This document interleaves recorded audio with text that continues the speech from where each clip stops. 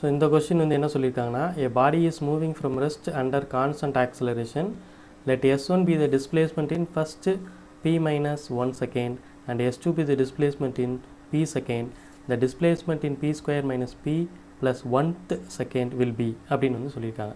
So இவங்க என்ன கேட்குறாங்கன்னா, S1ங்கிற டிஸ்பிளேஸ்மெண்ட் வந்து p மைனஸ் 1 செகண்டில் நடந்திருக்கு, S2ங்கிற டிஸ்பிளேஸ்மெண்ட் p செகண்ட்ஸில் நடந்திருக்கு. அப்படின்னா டிஸ்பிளேஸ்மெண்ட்டின் இத்தனாவது செகண்டில் என்ன நடக்கும், எப்படி இருக்கும் அப்படின்னு வந்து கேட்குறாங்க. இது மூணுக்குமான ரிலேஷன்ஷிப் தான் கேட்குறாங்க. ஸோ நம்மளுக்கு டிஸ்பிளேஸ்மெண்ட்டுக்கு 2 ஃபார்முலா வந்து தெரியும். என்ன அப்படின்னு சொல்லி கேட்டிங்கன்னா, மொதல் normal formula S is equal to ut plus half at square அப்படிங்கிற ஃபார்முலா தெரியும். இன்னொன்று வந்து nth செகண்டுக்கான formula Sn is equal to u plus a/2 2n minus 1. அதாவது இப்போ 5 செகண்டில் எவ்வளோ தூரம் போச்சு அப்படின்னா இது யூஸ் பண்ணிக்கலாம், 5வது செகண்டில் எவ்வளோ தூரம் போச்சு அப்படின்னா இது யூஸ் பண்ணிக்கலாம். சரியா? இது 2 தான் ஃபார்முலா. இந்த 2 வச்சு நம்ம இந்த ப்ராப்ளம் வந்து சால்வ் பண்ண போகிறோம். எப்படி அப்படின்னு கேட்டிங்கன்னா, ஃபஸ்ட்டு p மைனஸ் 1 செகண்ட் தானே சொல்லியிருக்காங்க, p மைனஸ் 1th செகண்டுன்னு சொல்லலை. அப்போது இந்த ஃபார்முலா இதுக்கு யூஸ் பண்ணுங்கள். S1க்கு, S2க்கு வந்து p செகண்ட்ஸ்னு போட்டிருக்கா, இதுவும் pth செகண்ட் போடல, p செகண்ட்ஸ்னு போட்டிருக்கனால இதுக்கும் இந்த ஃபார்முலா யூஸ் பண்ணுங்கள். அதுக்கடுத்து இதுக்கு மட்டும் இந்த ஃபார்முலா யூஸ் பண்ணி கம்பேர் பண்ணோம்னா ஆன்சர் வந்துடும். இப்போ ஃபஸ்ட்டு S1 வந்து எழுத போகிறேன். S1 அப்படிங்கிறது வந்து நம்மளுக்கு ut ப்ளஸ் half at ஸ்கொயரா. ஸோ ரெஸ்ட்டில் இருந்தால் மூவ் ஆகுதுன்னு சொல்லிட்டாங்க. அப்போ இது 0 ப்ளஸ் half a tக்கு பதிலாக p மைனஸ் 1 ஸ்கொயர். ஓகே, அடுத்து அதே மாதிரி இதை கொஞ்சம் எக்ஸ்பேண்ட் பண்ணி எழுதிக்கோங்க. S1 is equal to half a square plus b square formula p square plus 1 minus 2p. இதை மல்டிப்ளை பண்ணி எழுதுங்க. half AP square plus half a minus AP அப்படின்னு சொல்லி எழுதிக்கோங்க. இதே மாதிரி அடுத்து S2க்கு வந்து எழுதுங்க. S2ங்கிறது வந்து p செகண்ட்ஸில் போயிருக்கு அப்படின்னு வந்து சொல்லியிருக்காங்க. இங்கே ஒரு கோடு போட்டுக்கிறோம். S2க்கு வந்து எழுதுங்க.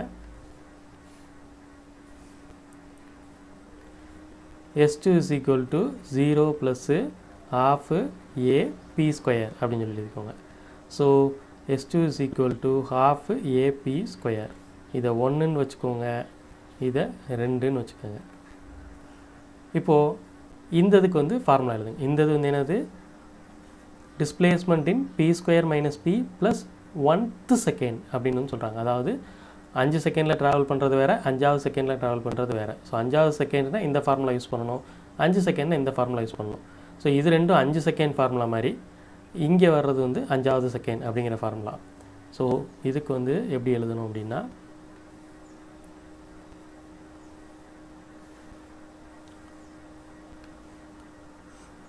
இந்த இதுக்கு எஸ் சஃபிக்ஸில் வந்து p square minus p plus 1th செகண்டில் வந்து u வந்து இங்கே 0 தான், ப்ளஸ் a/2 அப்படியே தான் வரப்போகுது. இங்கே வந்து 2 இன்ட்டு n-க்கு பதிலாக என்ன எழுதணும், p square minus p plus 1 minus 1 இப்படின்னு சொல்லி எழுதணும். ஓகே, இப்போது a/2 அப்படியே வெளியே இருக்கட்டும். இந்த 2 வந்து உள்ளே மல்டிப்ளை பண்ணுங்கள். 2p square minus 2p plus 2 minus 1 அப்படின்னு சொல்லியிருக்கு. திரும்ப a/2 உள்ள மல்டிப்ளை பண்ணி எழுதுங்க. a/2 மல்டிப்ளை பண்ணி எழுதுனீங்கன்னா 2 கேன்சல் ஆயிரும். So AP square minus AP, இங்கே 2வும் 1ம் மைனஸ் ஆகி 1 தான் இருக்கும், ப்ளஸ் a/2 அப்படின்னு சொல்லி இருக்கும்.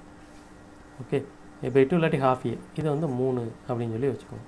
இப்போ இந்த 3ஐயும் கம்பேர் பண்ணுங்கள். கம்பேர் பண்ணால் எந்த ரிலேஷன்ஷிப் வருது அப்படின்னு சொல்லி பாருங்கள். இப்போ நல்லா பார்த்தீங்கன்னா இதையும் ஆட் பண்ணுங்கள். ஆட் பண்ணால் இது வந்துடும். அதாவது S1 ப்ளஸ் S2 போடுங்க. ஏன்னா இங்கே half AP ஸ்கொயர் இருக்குது, இங்கே ஒரு half AP ஸ்கொயர் இருக்குது. ரெண்டையும் சேர்த்தோன்னா AP ஸ்கொயர் ஆயிரும். அடுத்து பார்த்தீங்கன்னா மைனஸ் AP இருக்குது, இந்த மைனஸ் AP அப்படியே எழுதிக்கிறோம். அடுத்து இங்கே ஒரு half A இருக்குது, அது வந்து ப்ளஸ் half A வந்து a/2 அப்படிங்கிற மாதிரி இருக்குது, a/2. ஸோ இப்போ S1/S2 தான் ரிலேஷன்ஷிப் கரெக்டாக கொண்டு வருது. ஸோ ஆப்ஷன் S1/S2 அப்படின்னு சொல்லி தான் போடணும். ஓகே.